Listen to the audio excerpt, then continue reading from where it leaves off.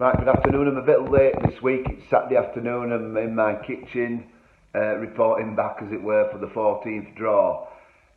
Last week was the 13th, obviously, and we are now up to raising £13,006. So well done to everybody. Our target now is to get it up to £15,000 in time for the Northern Rail final.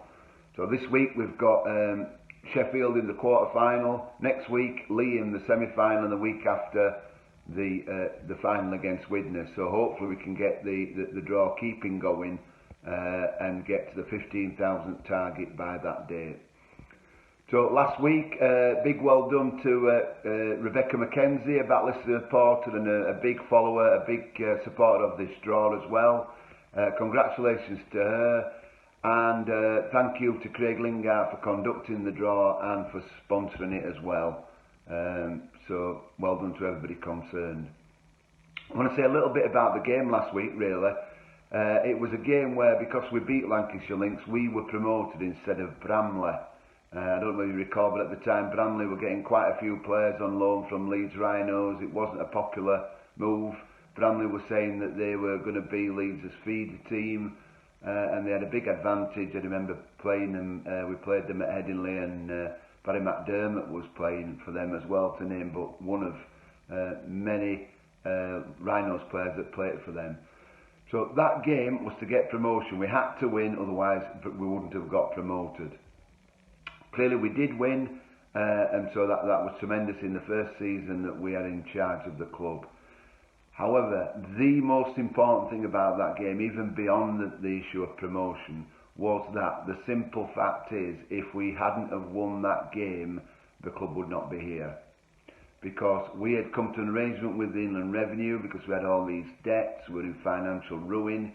We'd come to an arrangement with the Inland Revenue to pay the debts off monthly, but they insisted the payments had to go up.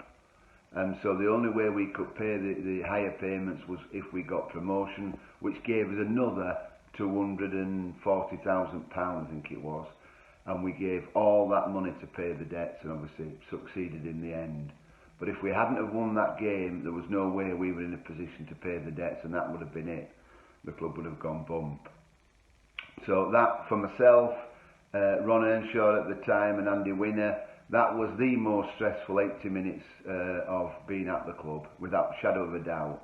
And particularly at half-time, we weren't that confident we were going to win. But obviously the players turned it round in the second half, and we're eternally grateful to them for, in effect, saving the club. So that's just a bit of history about that.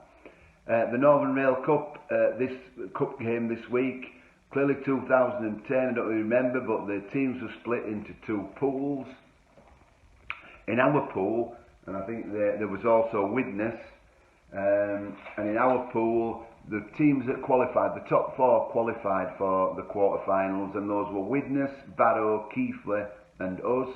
And in the other pool, the qualifiers were Sheffield, Lee, York and Hunslet.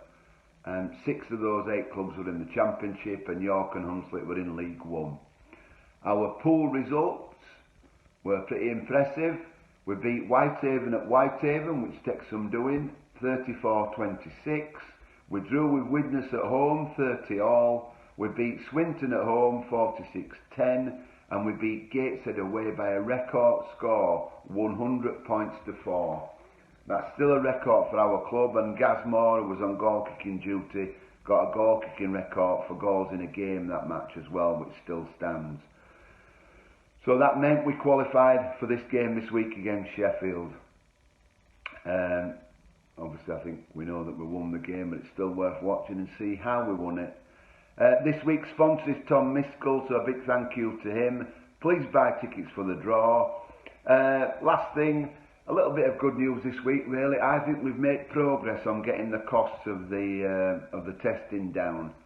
Certain things have got to be approved through the RFL, but to me, there's light at the end of the tunnel there, and if we can get the cost of testing down and get 25% capacity in the stadium, I think we can get some rugby played this year. But equally, everything depends really over the next few weeks on whether the virus spikes as a result of the pubs and restaurants opening. If it does, I think we're in trouble. If it doesn't, then we've got to keep our fingers crossed and see what we can do to get some rugby in 2020. So please support the draw, and I'll see you again next week. Thank you.